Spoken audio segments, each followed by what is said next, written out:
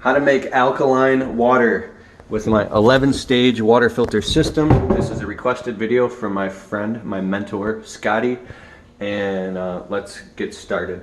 Okay, alkaline water, there's plenty of videos on YouTube about it, and this is how I'm doing it right now. And I'll also tell you the tip that my buddy Coach Rob taught me about how to actually make it at home, which, all right, ready?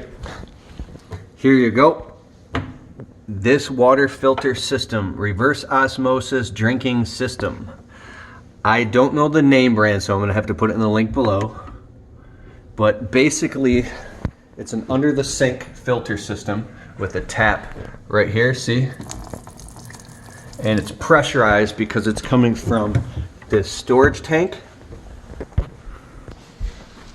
All right, so it's tapped in off the main water line here, and this was a real pain in the ass to install. It took me like 6 hours. You will not even believe for a second that it would take you this long. It took me that long. So I tapped into the cold water supply with those taps, and they all come with the system, but I did have to run to Home Depot to get the hoses and the plumber's tape and the proper tools. And but anyway, so it taps into the cold, and all these hoses come with it. The first step is it goes through the sediment filter, so that line, but before that line goes to the sediment filter, it actually goes through this auto shutoff emergency valve. That little valve is screwed in, and what it is, if there's a little, see how that little clip is right there? There's a little tiny cotton puck inside of there. It's like a piece of cotton compressed, and if water touches that, so that means if it springs a leak, if you're on vacation or something and the bottom of the sink starts to fill up with water, it'll absorb the water, and then it pops up that little tiny lever and it shuts off the valve to shut off water to the whole system so it doesn't flood, because you have all these connections that could, leak. So it goes through the sediment filter, then it goes through the carbon sediment filter after that, which is the second filter, and then it goes through the third filter, which is the carbon block filter, right? So now that it's super filtered, what it's doing is it's priming it to go through the reverse osmosis filter membrane, which is this one right here.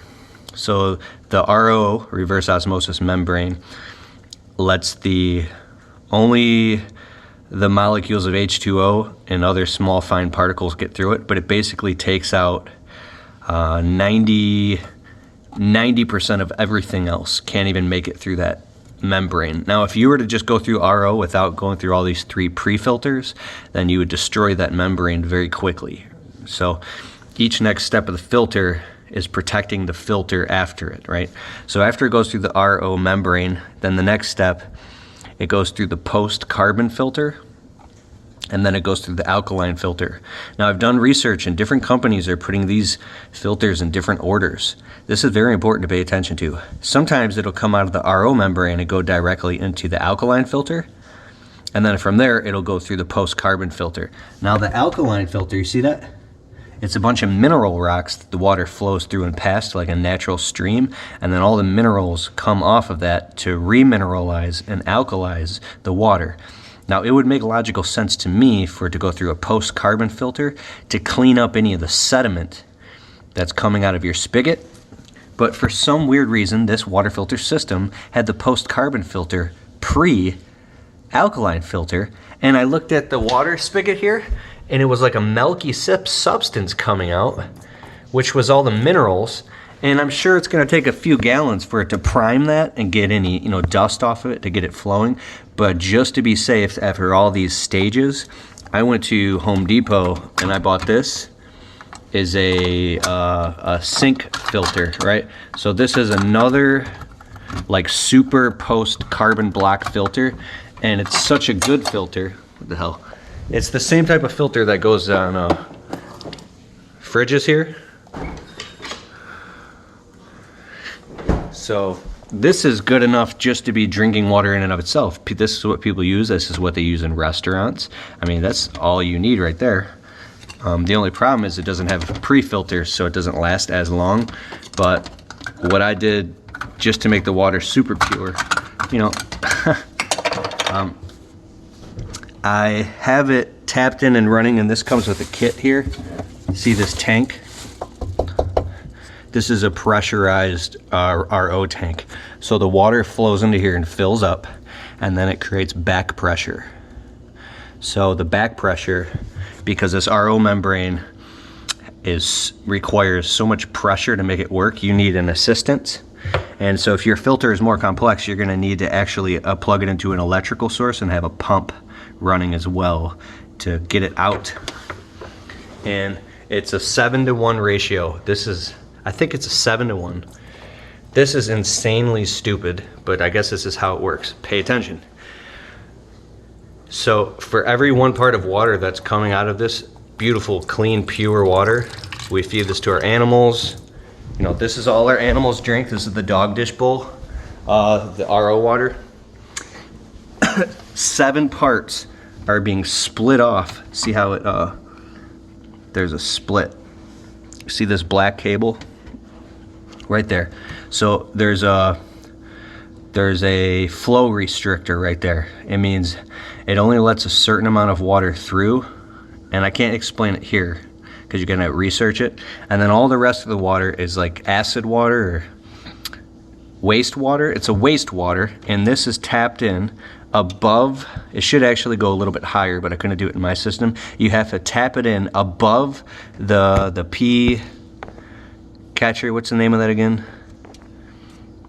You know what I'm talking about. The P stop. This drain creates gravity. You have to put it above this. So you tap it in, and then you drill a hole, and then it taps in, so the wastewater automatically goes. So if I run this for a minute, I'll hear this literally running, rebuffering out the system and getting rid of wastewater for many, many minutes. Now, I was kind of upset about this at first. Oh yeah, and you can store water in this for literally for weeks. Just like water is stored on a shelf. I was a little paranoid when I went on vacation. Like, is this water sitting in here for weeks and now I'm gonna drink this crap? Do I gotta buffer out the whole system and let it run for like 2 hours? Because it takes 2.5 hours to fill that up. That's how slow this RO water fills up. It takes, I mean, without a pump. Watch this. This is my Keurig coffee. This is how we drink our coffee, with RO water. And actually makes the coffee taste better because it's nice and clean. It's not tap water. Sorry, we really need to do the dishes. My wife's a clean freak and she's probably freaking out about this. We're really busy right now.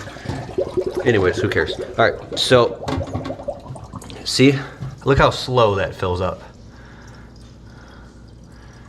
I mean, it takes a while. And so,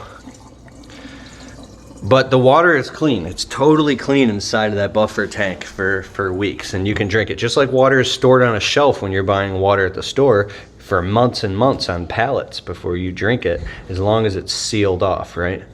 Now, aside from that, here's how you make alkaline water.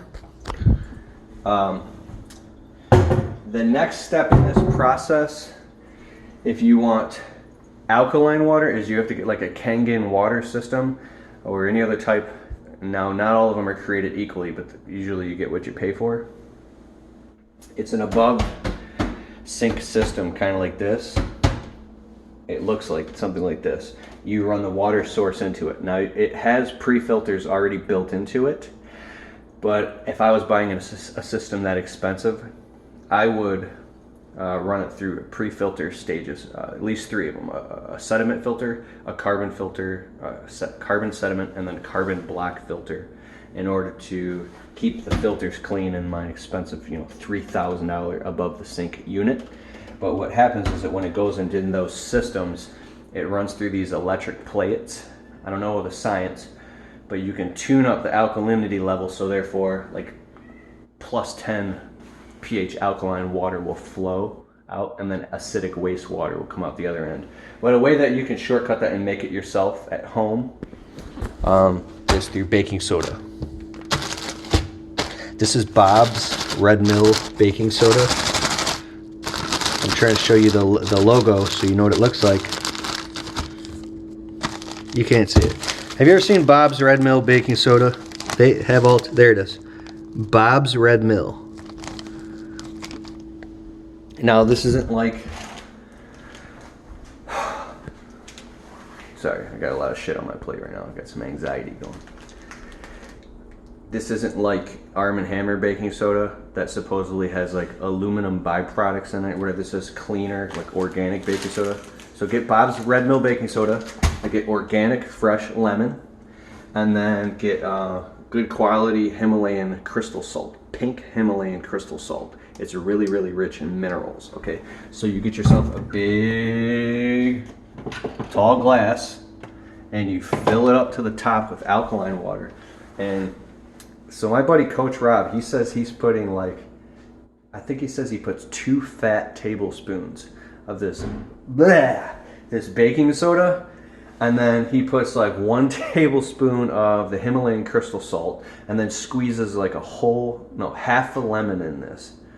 I've tried this before. I mean, it's disgusting. You drink this, bleh. But so what I was doing is I was putting like, and prepare to run to the bathroom with diarrhea, because this is how you make alkaline water. Your body's like a fish tank with nasty, grody water in it. That's your inner chemistry, like a soup. So when you start introducing alkaline water into your body will change its pH chemistry, and you'll start having diarrhea and dumping all the acidic water. Oh yeah, pH test strips here. Just go buy these on Amazon. See, you can test your saliva and your urine. Let's do it real quick. See how you can see it.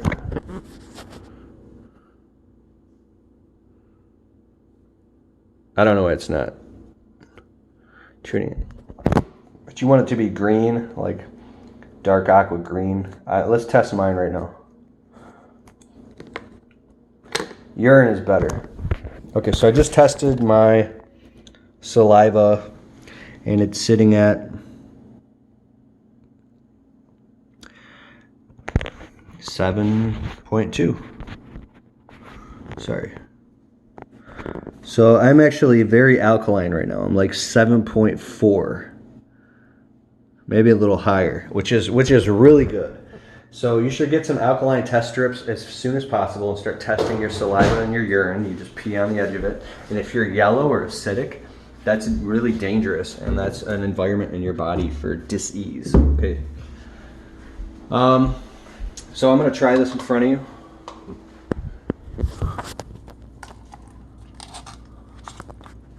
So this is not alkaline water. This is 11 stages of, and you might be asking, I didn't see 11 filters in there. Why is it 11 stages? I don't know. There's something in one of the filters that has multiple stages, so it could be. All right, I want to test this water right here. This is very clean, reverse osmosis, 11 stage filtered tap water. So I totally trust drinking this.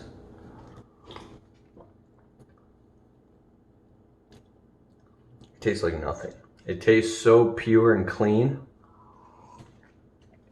that if I drank tap water next to this, I would spit the tap water out, because tap water tastes disgusting. It tastes like you're drinking nasty rust and lead pipes from underground, let alone there being pharmaceuticals in it. And then I was lying to you. I also, even though I have all these filters going on, I still don't trust it. It's like weird to me. Like I'm like, oh yeah, I gotta test it for you. Okay.